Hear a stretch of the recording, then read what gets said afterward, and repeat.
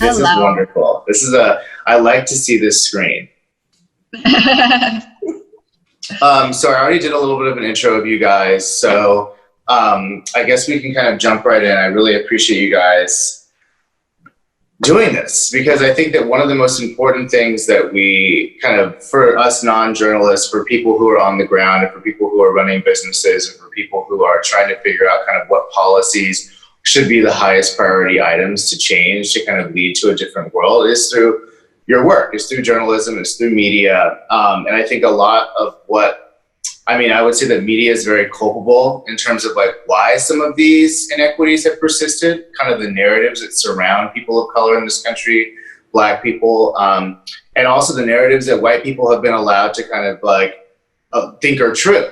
And I think that media has a really interesting role in both having supported these and also dismantling a lot of the misunderstandings that we have. So I guess let's start out by saying, Erika, how would you describe kind of the difference that you've seen in terms of how the media is? Well, first of all, introduce yourself and I guess talk about maybe how you think the media has covered things differently than, Trayvon and kind of past killings that have led to protests. That's a good place to start. Yeah, sounds like a good place to start. So I am a columnist with the LA Times, newly minted. I've only been a columnist. Whoop, whoop. I've only been a columnist for a couple of weeks, but I was previously a columnist in Sacramento at the Sacramento Bee, also in the Midwest, the Indianapolis Star, and I grew up in Ohio. So I've been in California now for about 5 years. I guess my perspective first off is we should probably define what media is because it's such a huge, sprawling thing. I mean, the LA Times would be considered more traditional, mainstream, old form media where you'd have your more streaming stuff, which is, just completely social media based for the most part. And so there's different, when we talk about covering protests, there's different formats and different platforms and different, people coming at this from different ways. For traditional media, I would say that I would like to say that we're getting better than, say, Ferguson, at that point, Sure. And how covered in terms of race. But I think it's an ongoing issue. I mean, you see it. There's been complaints about coverage, the way that we've covered these most recent protests pretty much everywhere in the country, particularly on race, on who's writing the stories and how the stories are framed.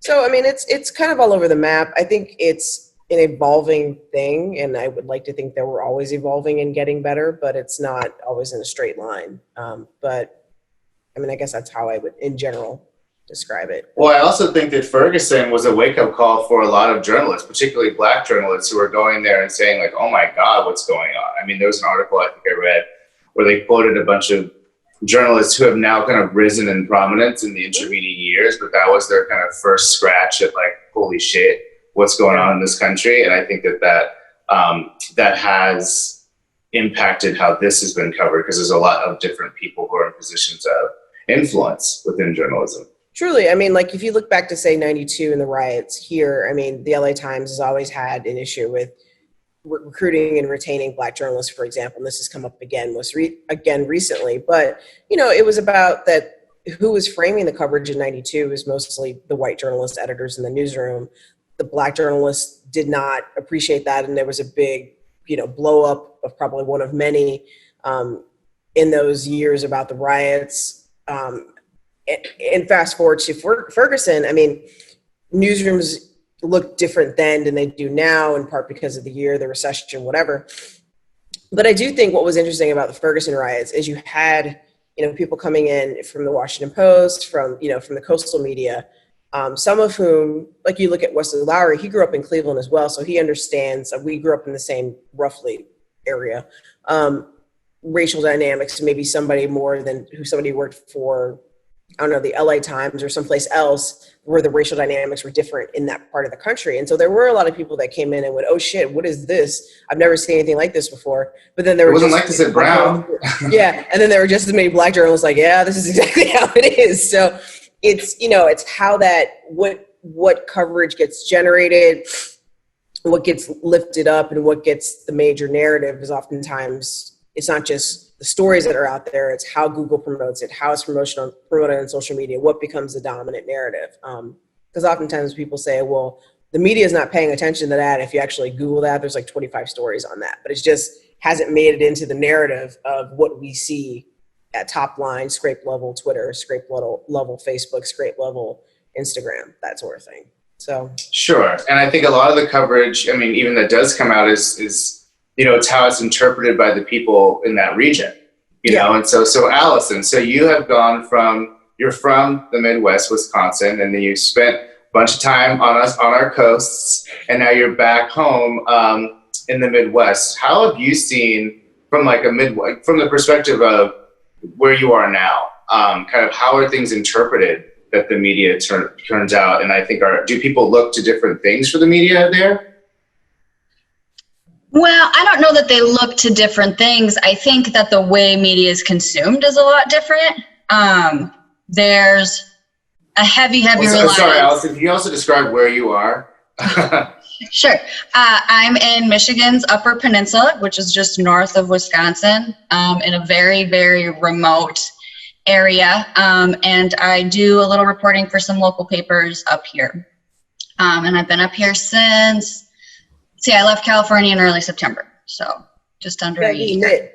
We're in the What's mid. that? You gotta do the mid. We're in the mid. So it's not really the mid. So if this is Wisconsin, right? No, this is Wisconsin and this is Michigan. Wait, do I have them reversed? No, it's this way. I can't help you. The UP is up here actually. Yeah. So you have to go up north of the mitt, and then it's like a little hat that sits on Wisconsin that looks kind of like a rabbit. Got it. And I'm in like the rabbit's belly, so like right north of Wisconsin. Okay, so wait, what was the question? So there's a real heavy reliance on mainstream broadcast media here in a way that I feel like is different than the circles I was moving in the West Coast. That might be more of like a rural thing. And there's still a heavy reliance, especially up here. I maybe wouldn't see this as much in like southern Wisconsin, but definitely up here on traditional, your print newspaper, whether it comes, most of them don't come every day anymore, but once a week. So there's still a heavy reliance on those kind of mediums. And in terms of print, these are not, they're not really equipped to be incredibly timely.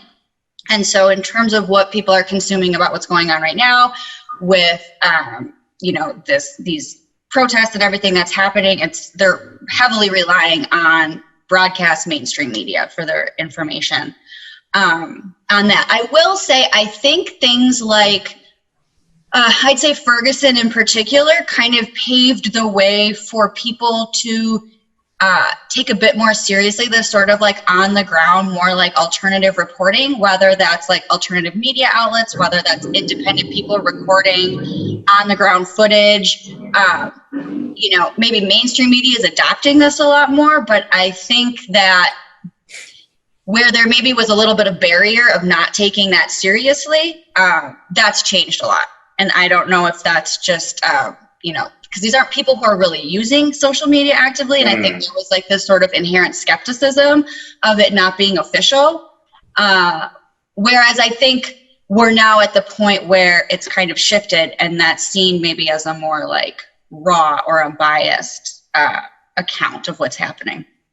Does it help that the kind of locus of this most recent protest is kind of just right down the road in the Midwest in Minneapolis, or is that like, I don't think it really has. It might as well be somewhere far away. Well, and I'm speaking like because I'm so rural right now, I think maybe there is a little bit more of a like, oh, that's closer to our back door. But I think for people up here, Minneapolis and Milwaukee are almost just as far away as like Sacramento. It's kind of seen as like a totally different lifestyle, different world. I do think, and I didn't see this, but I'll just kind of recount this story in terms of how I think, what should we say, like consumers of media are responding is, I have a good friend who's probably in her mid 70s. She grew up very rural. She grew up pretty poor. Her and her husband scraped enough money up to kind of retire up here. He's passed away, so she lives alone. And she worked in a factory for her whole life. And I was kind of talking to her about this interview that I was doing and kind of trying to use this as an inlet to talk to her about the kind of stuff I learned in Sacramento. And she mentioned to me that the only time she had ever really like interacted with any Black people was when she was doing factory work before she retired. And how she always thought like Black people were like the most polite people she'd ever met in her life, and how, you know, they just must be polite people. And she was like telling me how she was watching the news the other day, and Al Roker was talking about like the conversations, right, that you have as like a young Black youth with your parents about how to behave, especially how to behave around police or even just in white circles. And it was so mind-blowing to her that like this, but she was able to at least like make that connection in terms of like, oh, they're being polite because they feel unsafe. Right. Like she was like, oh, I didn't realize that the reason these people were so polite to me is because they'd actually been raised that way, because the world outside of their, you know, family or community is very dangerous. And it was really, I sort of came in here with a bias of like anyone over the age of like 60 is almost like a lost cause. And so to see this woman who's, you know, like maybe had operated with this sort of one way of thinking, to see everything that's going on and actually make a shift and say, oh, I had no idea what was happening. Like that's like one little anecdote.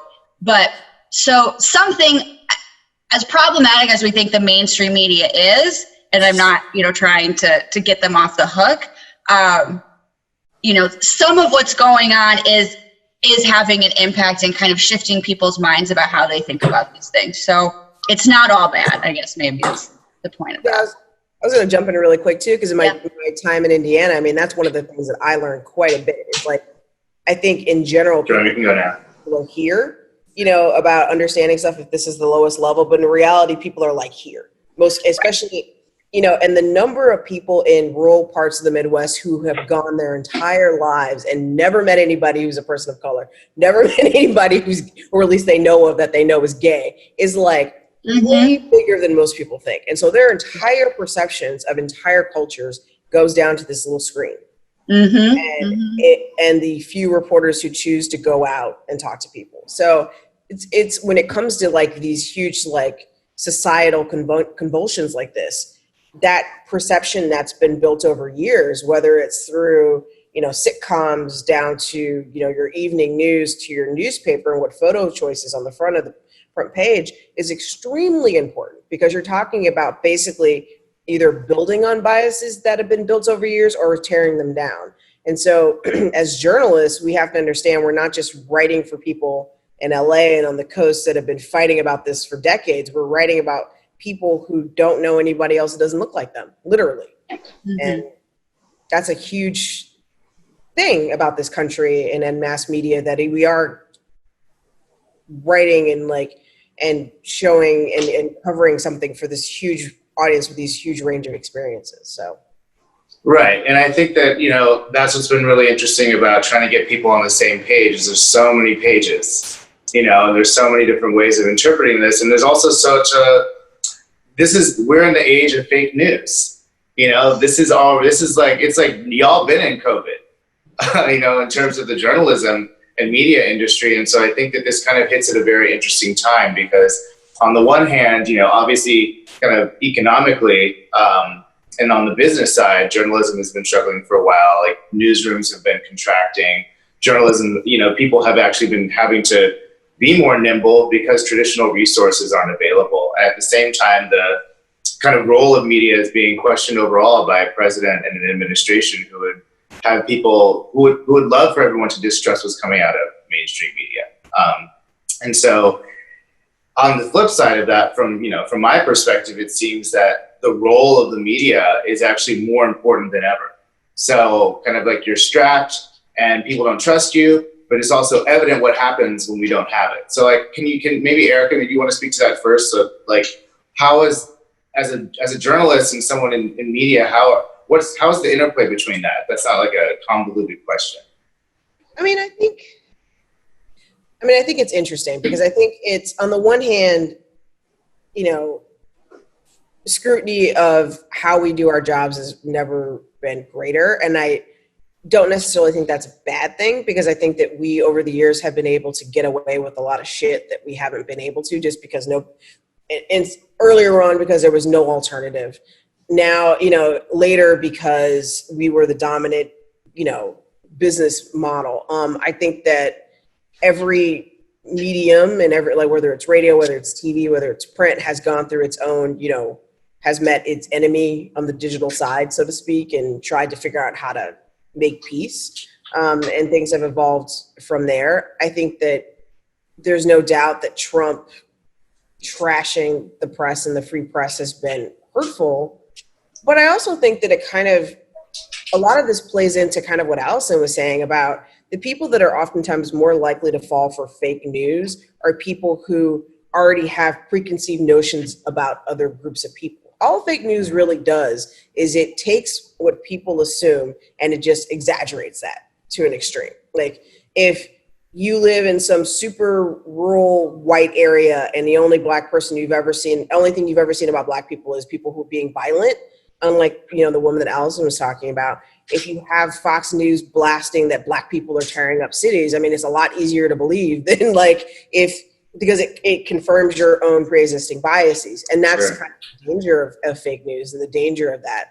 And frankly, it kind of it digs a hole, it preys on a hole that mainstream media has already dug for itself by only catering to certain groups. I mean, I think one of the worst decisions, both for fighting fake news and for furthering our democracy, one of the worst trends that's happened is basically this consolidation of media organizations on the coast. Because what happens is that they come into the Midwest and cover it like it's Iraq or something else. And they're like, oh, look at these people, let's talk to them. And it's like, I mean, I can say that growing up in Ohio, every 4 years, the New York Times would come in and write a story and it would be almost true or mostly correct, and it would never quite get it because they never hired anybody or never really got as many people in their newsroom that were from these areas they were trying to cover. So, I mean, it's a difficult challenge to get out of because we've kind of made some of this ourselves, and, the fake news is kind of just exacerbated that. So I don't really know if there's an answer yet. I think we're still trying to figure it out, but it's definitely a challenge, and it's definitely affecting the way what people believe is true, what the truth is. So that's my take. And in terms of, Allison, you have something to add? Yes. I think agree with everything. And then I also think that one of the issues with fake news is it's sort of, and a large part of this is, I mean, the president sort of really branded fake news, and it's sort of especially in the early days, was whatever he said was fake news, but there is actual fake news, right? There are sites out there that write about stuff that is not true, Pizzagate, whatever. And then another thing we have going on right now is increased editorialization, right? So we have editorialized news, which is not fake news. It's just news with a slant or a perspective, but there's a distinction between those two things. And when we talk about fake news, a lot of the times what we're talking about is something that's been heavily editorialized or framed in a way that we don't agree with. And that's a good conversation to have too, but it's almost allowed us in the mainstream to forget that there's actual fake news out there that people are reading. They're disseminating across forums like Reddit, and it's contributing to radicalization. And so I think maybe not the main harm that's been caused, but one of the harms is that it's kind of allowed actual fake news to almost slip beneath the radar, because all this time we're talking about fake news, like 9 times out of 10, it's not actually anything that's truly fake. It's just an issue with how it's covered. And that nuance just doesn't fit onto Twitter or whatever social platform we're on. Right, like Kim Jong-un is alive. I thought he was dead. I was like, well, 2020 is all over the place. But that's not true. I mean, evidently. I mean, it's hard to know what to believe. Well, I think that's a really interesting point about the fact that because also a lot of the way that we get news, I mean, for me on social media, I found that out because someone shared that with me on Facebook. I felt like a 75-year-old lady in Rhode Island, or who doesn't know anything. And so I think that, what do you guys think the role, I mean, this is a little out of scope, but in terms of companies like Facebook that have now been like roundly criticized, there are a lot of blames been put at their feet for the election, kind of allowing themselves to be agnostic to kind of whether things are true or not on their platform when, it's not agnostic when you're making money, first of all. And so kind of, Allison, I want you both to answer this. Kind of, what do you think the responsibility is of these new media companies that have like outsized sway and reach to kind of be a judge in terms of what information is being shared? Me? Want me to go? Yeah. Sorry. Oh, sorry. Yeah. I was like, is it that sensitive? No. I mean, I think that right now, Facebook and Twitter are private companies, and they are, I guess, legally entitled to make those rules for themselves. But there's a disconnect between what they actually are and how they function in our society, right? They are, news disseminators at this point, and I think they have a greater responsibility than maybe we see Zuckerberg reflecting in some of these congressional hearings and these clips that go viral. I do think it's a bit more nuanced than I see reflected in a lot of the conversations I have, around here, I'd say, in that, we want to be very careful about how much power we give any sort of entity to determine, fact versus fiction. And that's sort of maybe where whoever is messaging Zuckerberg around what he's trying to do is coming from. But at the end of the day, I just see a lot of like shirking of responsibility of like, we're just going to put this information out there.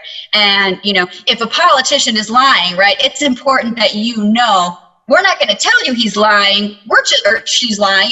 We're just going to expect that you're going to look that up and find that out. And then, they've added that little info button, which I guess is, it's a thing. Like a question mark. So it's like, do you think this is true? Right. It's not nothing. But if you read the bios, they don't have any. I mean, the only time they're, I guess, useful is if it's like the Times and it's been around forever. Like these like new models, they're not. There's no standard with which they're vetting them. It's like, oh, it was established this year, and go for it. Read it. So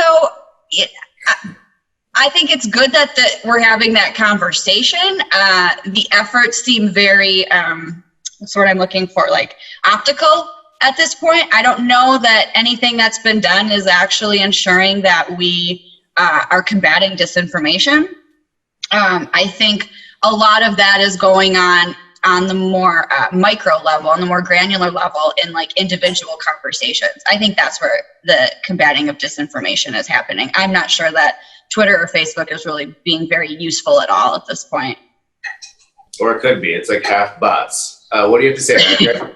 I mean, I actually have some very specific thoughts on this. I mean, the one thing about Facebook and Twitter is that early on, and I say early on, this is probably post-Ferguson, 2015, 2016, they, as companies, made the decision that they were going to be news disseminators. They specifically made an effort to get into the news business. Mm-hmm.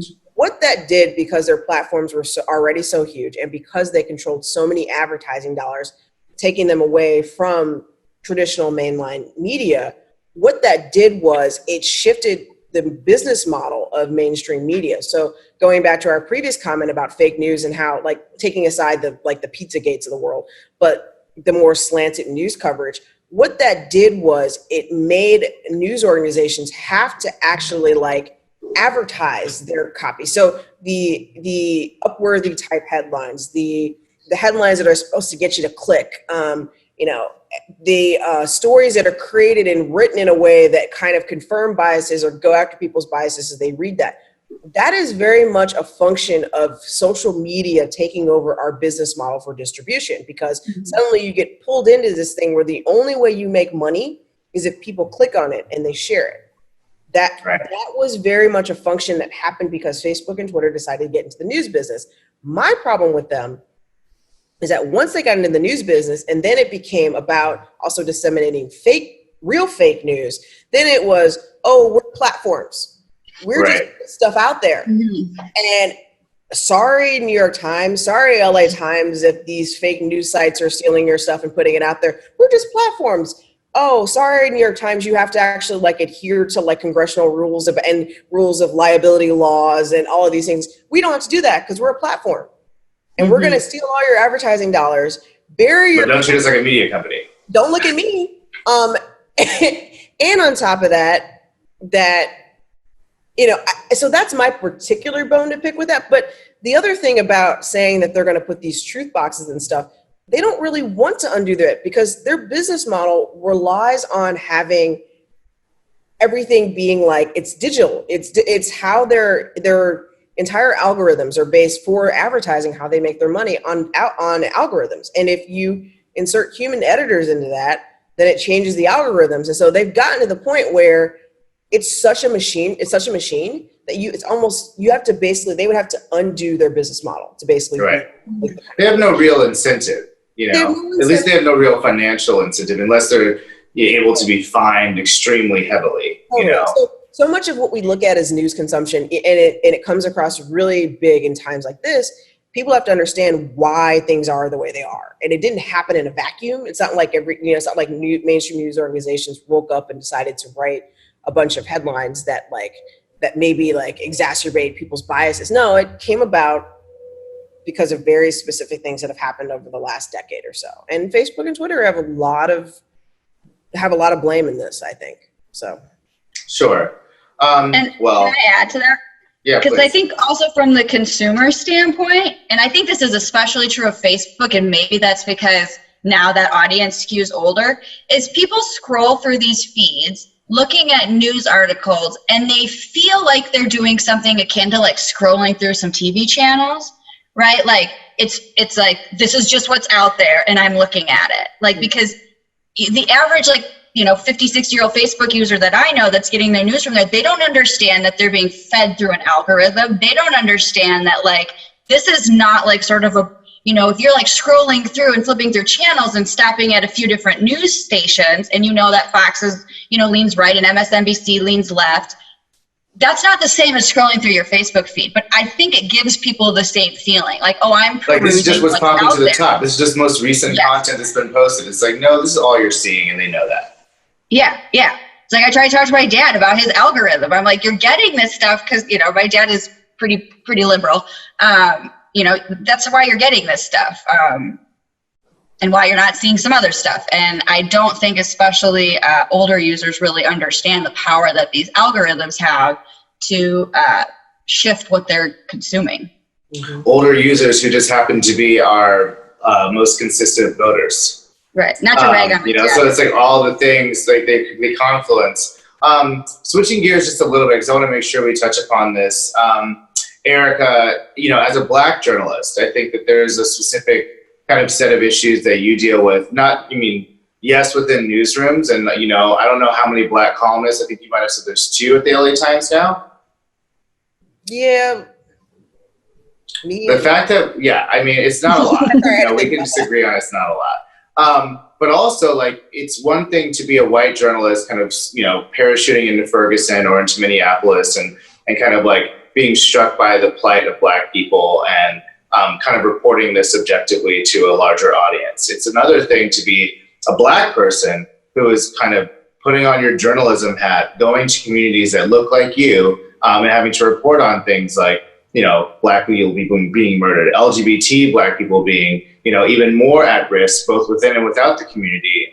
You said yesterday you went to Victorville, which is the site of one of the recent hangings that we're seeing now of Black men, suicidal Black men who decided to hang during this time. To say it sounds suspect is, a gigantic and offensive understatement. So what has been the, experience of kind of covering that stuff when it hits that close to home? And kind of what is that like? It's interesting. I think probably my first probably real living in the community when all this was happening experiences in Sacramento when Stephon Clark got shot, living so close to where the protests were happening. So it was like hearing marchers from my windows, but the helicopters and the police and it's you don't do a lot of sleeping. I mean, no matter where you are in the country. I mean, after the George Floyd thing, I mean, I didn't sleep. I think a lot of people weren't sleeping, but I think it's also this desire to also consume news. And I think being an opinion writer, it's a different thing than being an editor and even a reporter, because you're somehow tasked with not only just feeling what you're feeling, but you have to say something profound about it, or at least something that is like makes sense about it. And so I think that is that I mean, I wouldn't give up my job for anything in the world, but at the same time, like, it's hard at times like this, because it's like, how do you make sense out of a situation that doesn't make sense, or a situation that is the same that it was and isn't changing, and you're trying to say something new about it that gives people hope, but also you're also feeling very pessimistic, and it's like, which way do you go? So there's so many different things to think about, and it's tough because it does affect you as a person, and you think about everybody else in your life that could be affected, and you think about the times that you've been pulled over by police, like just being in, like, I went to Palmdale and Victorville yesterday, which are the cities where two of black men are supposedly hung themselves, and I get off the highway and immediately get like hard stare from like a sheriff's deputy. I'm like, okay, it's kind of you're like, that tracks. Yeah, in their tracks. I mean, and it's one of those. Another thing to remember too, particularly if you're male, is like you go out into these protests, like the cops don't know the difference between you and those protesters, and they're going to think that you are the same. And yeah, ask the homie from CNN. Yeah, exactly. Like, dude who got literally arrested on camera. I mean, that was some stuff. That was the kind of stuff we saw at Ferguson. I mean, that people being arrested for just being, and being reporters basically, and police officers not liking the attention, I guess. I mean, but it's it's crazy. It's craziness. And I feel like and Allison, you can speak to this as well. It also seems like during these protests, I mean, we're protesting police violence, and then the protests are met with like even more increased police violence. And it's been surprising to see people who are not normally finding themselves targets of police violence, receiving it, both in terms of non-people, like white people, getting their asses beat by cops, but then also medics and journalists. What does that do to kind of like the journalist community when like things like that are being shown in the media? I mean, has it somehow radicalized some dormant journalists or newsrooms that are like, you know what, maybe we wouldn't have been so aggressive about things happening to black people, but now we've seen how really horrible it is because they're actually even attacking our organizations. I mean, Allison, have you seen any kind of discussion of that? Or Erika, if you have thoughts about that? I'm just curious, like, is there more empathy from news people because they are now the targets as well? I mean, that might be a generalization, but. I haven't seen it in the news community in particular. Erika, I'll let you field that. I think I think anytime something happens to one journalist to another, I mean, journalists are the most stubborn, I'm not doing what you told me to do just because you told me to do it group of people like ever. And so when there's something, I think that's the one thing that police officers constantly underestimate, is that they think that they can like pressure journalists into like not covering them by like, like cracking down, when it usually has the exact opposite response. Right. So, and I don't know why year after year after year they keep having to learn this lesson, because it's just the way it is. But well, that's what you guys are for. You guys are like, exactly. What you say? Like give me the chance to be the underdog, and like and it's like people just. I mean, that's why people get into journalism. It certainly isn't for the money. You get in it because you want to have some sense of like idiotic save the world syndrome, or you hold people accountable. Yeah, and so like if it's like if I'm going to be arrested for 24 hours for doing for protesting, people are going to be like, yeah, sign me up, and then I'm going to write a story about it, and like right. This will be my most read story ever. Exactly. Well, that's really interesting, and I think that we'll have to see. I mean, because I think that like such a important part in something I. You had what happened at the New York Times with the Tim Cotton editorial that got published, and I guess the head of the editorial page had to resign due not just to public outcry, but to outcry from within the newsroom. And I think that seeing the way this has been covered, from the photos that you see of the victims to kind of the preponderance of coverage of some of these issues, not just kind of like the police perspective, but, you know, we know so much about Breonna Taylor's life, and we know, you know, constantly that the police officers have yet to be arrested. We've even seen how that's affected the Senate run in Kentucky. You know, it just seems to be such a heartening amount of, I mean, I don't watch Fox News, so I don't know how they're doing their jobs right now. Probably the same shitty way as always, but I think that you said what? Fear? Yeah. Fear. Oh, Fear sells. Speak more to that, Allison. Like, kind of what is the counter narrative in terms of journalism? You can speak to that at all. Well, what's the count? Sorry, say that last Like, part. kind of like we've been talking about how, like, you know, mainstream media is kind of, you know, genuinely grappling with what's happening in the country. And you're talking about how for people who are really resistant to kind of the implications of this movement, fear is being used. Kind of like, how do you see that? Well, I mean, in a more straightforward way, it's like you put enough footage of people, you know, burning buildings or being destructive, and like you're in your like tiny insulated community and don't ever see that. It's horrifying. And you're like, yeah, do whatever you want, send in the troops, whatever. This can't be done. On the other hand, and this has been interesting, it's actually kind of a little disheartening in a weird way, but I will say that the people that would consume that type of news, because a lot of them tend to be, you know, the patriot movement is full of a lot of really anti-government overreach folks.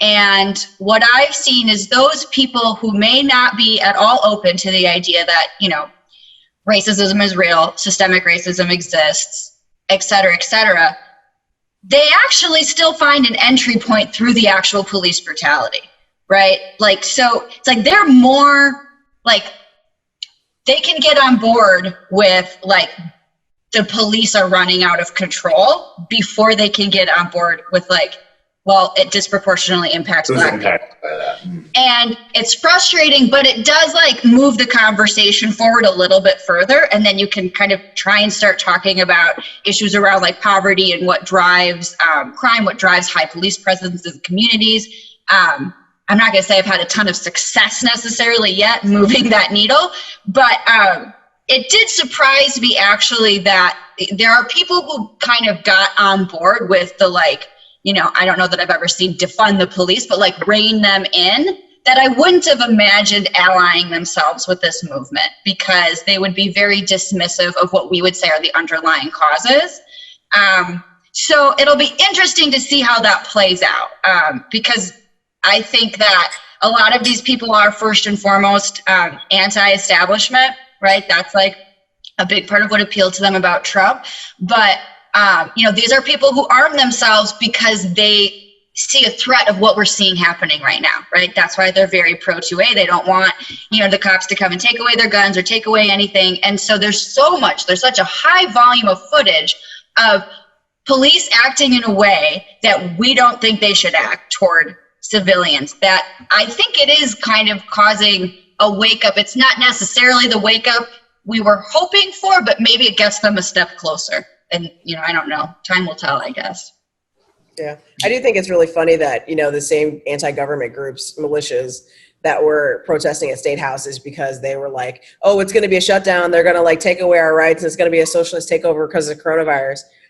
And we find out that actually, no, the socialist takeover, quote unquote, has been because, you know, people are protesting the death of a Black man, so by police. So it's kind of like, you know, it is a strange bedfellows kind of thing, like the man who was arrested last night, or the two people arrested last night in Oakland, the militia members who infiltrated that Black Lives Matter protest, at least charged anyway, with infiltrating a Black Lives Matter protest to shoot two, you know, cops, federal agents. So it's like, you know, 2020 is making strange bedfellows for sure. Yeah, it's weird.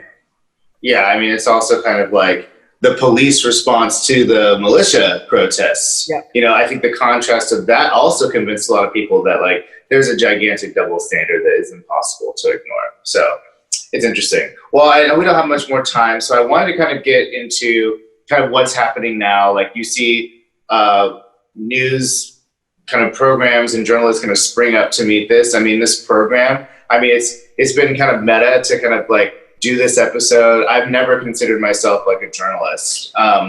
but I think there's journalist activity afoot, here. And so I think it's been really heartening, and I would love Allison to kind of talk about like what it was like to kind of put that together. And then if we could get Erika, kind of what's going on in newsrooms like the LA Times now to kind of respond to kind of increased need. Are there actions that the journalists themselves are taking on? If you feel like speaking about that, I just want to make sure we touch upon those two things. So as our producer, Allison, like what has it been like to be, and you, when we met, you were a part of kind of like a independent alt news outfit, and you can kind of like, what's the through line from there to here?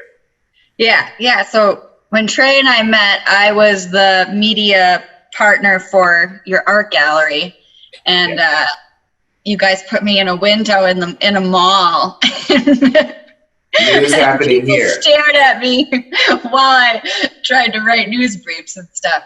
Wait, I just lost it. Yeah, right. I just lost the thread of the question. Tell me again. So from that standpoint, and then obviously you had your stint at Comstock, so now you're the producer of the show. Like, what we gonna do? Okay, yeah.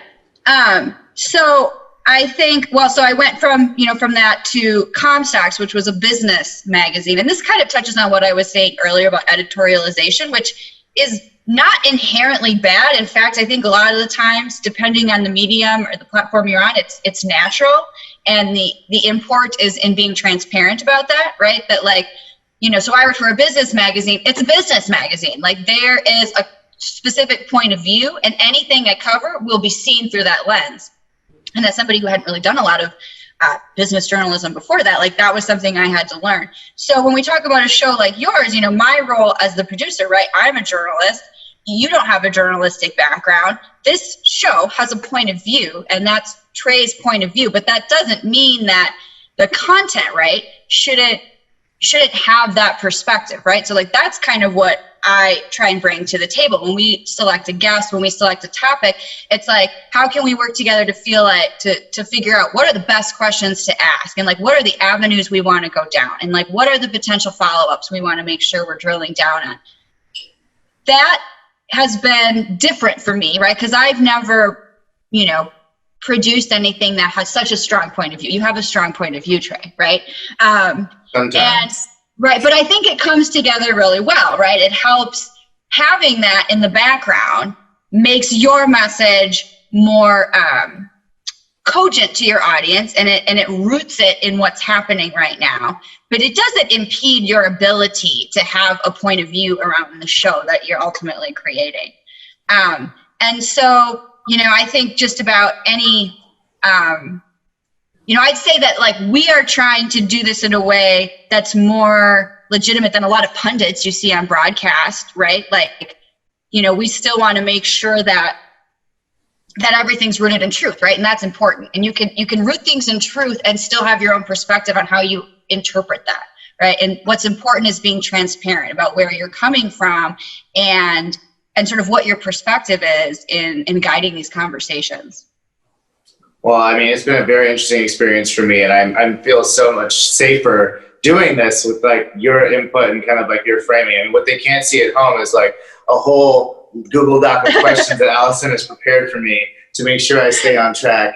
And it's been really, really useful. And I think that that's the reason people are getting something out of this, is that, yes, it's like from my lens, but also like it empowers the guests to really talk about what they want to talk about and kind of stay in their own lane, And so, Erika, I mean, you can certainly feel free to talk about your experience as a guest, but I'm also interested in kind of like what activities are happening at your organization or organizations like it that are kind of like responding to this changing landscape, if you can. Yeah, to pick up kind of the thread about what Allison was saying about, getting at the truth, I think that is always the concern, I think, of journalists, no matter what. I think the issue now, or what's come up now, is like, what is the best way to do that? I mean, to your point earlier about people being on different pages, I mean, I think that what we've seen both, at the New York Times, at, the Philadelphia Inquirer, is like, you have an entire structure of media organizations that was designed around a truth that was this kind of objective, kind of like mainstream white middle-aged folks, truth, where now we have all of these people who are making news, younger folks, progressive, people of color, queer folks, that their truths and their lived experiences are very different things. And so you have news organizations that are kind of ill-equipped to really handle this. And I think you see it in the decisions that are being made, whether it's, Tom Cotton writing, somebody deciding to let Tom Cotton, write and then print that op-ed, to whomever wrote the print headline for the Philadelphia Inquirer, the buildings matter, to, over a story just about, Black Lives Matter and like property destruction, which the story was extremely nuanced. The headline did it a huge disservice.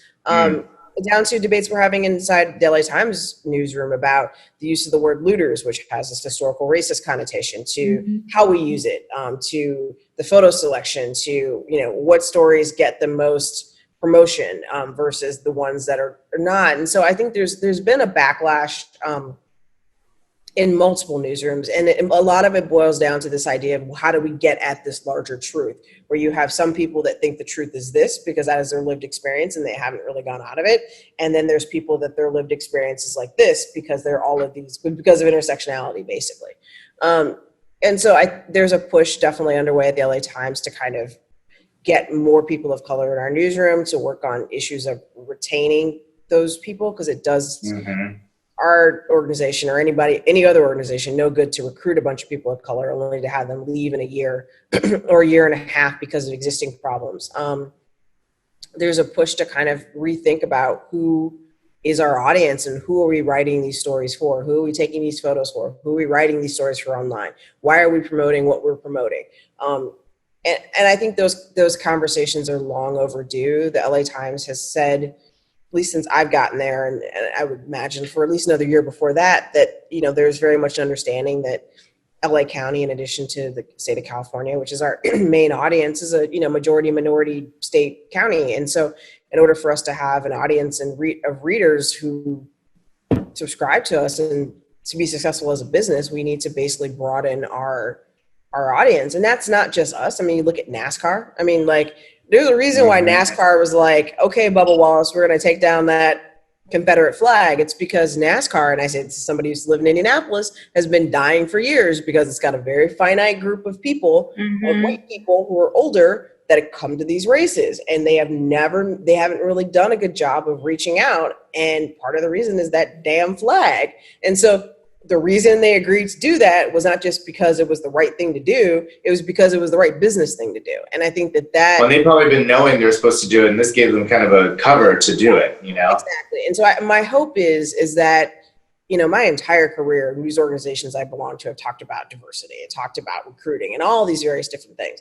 But this is the first time, honestly, that I think that news organizations actually understand there's a very legitimate business reason to do it. For all of the financial pressures that are external and internal, if news organizations don't find a way to actually reach the audiences that are growing, they're going to die. And I think that I'm hoping that will convince them to take the steps that our union, other unions and other news organizations are pushing them to do. So I guess time will tell, but I'm optimistic.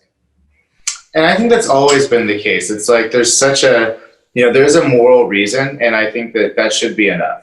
When the stakes are this high and the outcomes are this horrific, there is a moral imperative to kind of change the way you're operating if it's adding to this issue in any way.